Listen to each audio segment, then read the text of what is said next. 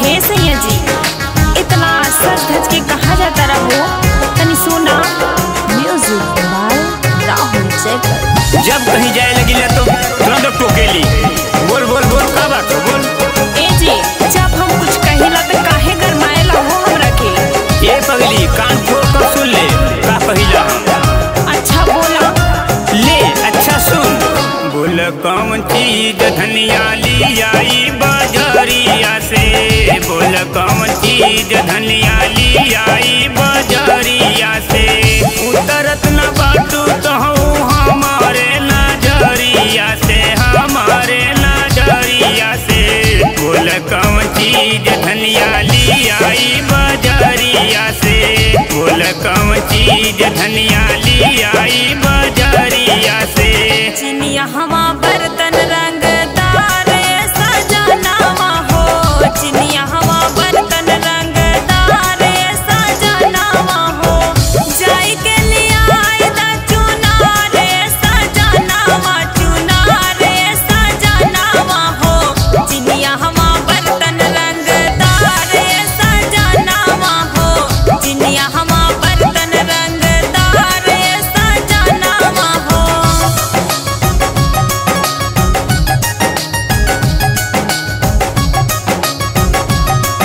हे सैया जी, हमरो मन करता बाजार जाए के, हमरो के लेके चली ना। का हो काहे सुनत ना बड़ा?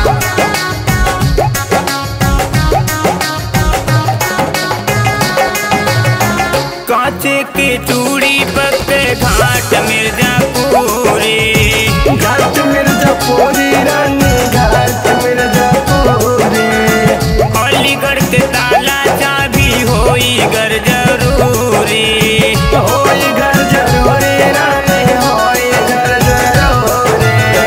कांचे के चूड़ी पक्के घाट मिर्जापुरी। अलीगढ़ के ताला चाबी होई घर जरूरी। भरी दीहा घरावा में बंद कर सी करिया से, बंद कर सी करिया से। बोल कौन चीज धनिया ली आई बाजरिया से। बोल कौन चीज धनिया ली आई बाजरिया से। साड़िया बनारस पिया होवे का पनामा। होवे के पनामा पिया होवे के पनामा। अमरुद इलाहाबादी चिखाए दा सजनावा। चिखाए दा सजनावा, चिखाए दा सजनावा। साड़िया बनारस पिया होवे का पनामा। अमरुद इलाहाबादी चिखाए दा सजनावा हो।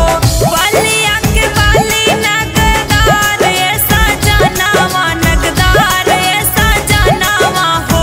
चिनिया हवा बर्तन रंगदार सजनावा हो। चिनिया हवा बर्तन रंगदार सजनावा हो।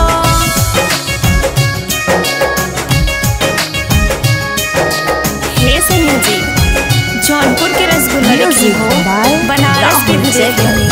अब हमरा के बरकच्छा के रसगुल्ला खिया दी, बड़ा मन करता। करे ये दुनिया भर काम बाकी बा। इतने ना हो, मलिहान के छोला समोसा हो खाए के बाद। गोरखपुर के टिकुली सजावेला सिंगार हो। सजावेला सिंगार हो, सजावेला सिंगार हो। मूली जौनपुरी कहबू खियाई रंगदार हो। खियाई रंगदार हो, खियाई रंगदार हो। गोरखपुर के टिकुली सजावेला सिंगार हो। मूली जौनपुरी कहबू खियाई रंगदार हो। ओझला के झलुआ झुलाई देव कजरिया, झुलाई देव कजरिया से। बोल कौन चीज धनिया ली आई बाजरिया से। बोल कौन चीज धनिया ली आई बाजरिया से। बरकच्छा के रसगुल्ला हम के लिए आई हा। हम के लिए आई हा पिया, हम के लिए आई हा। छोला और समोसा मारी हान में खिलाई हा। हम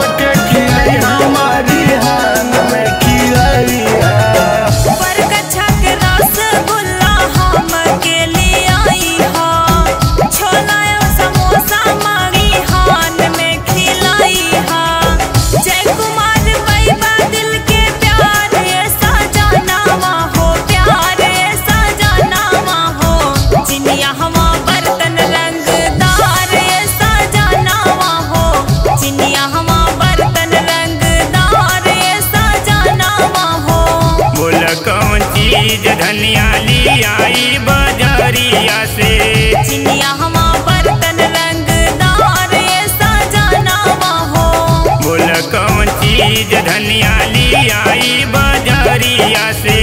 चिनिया हम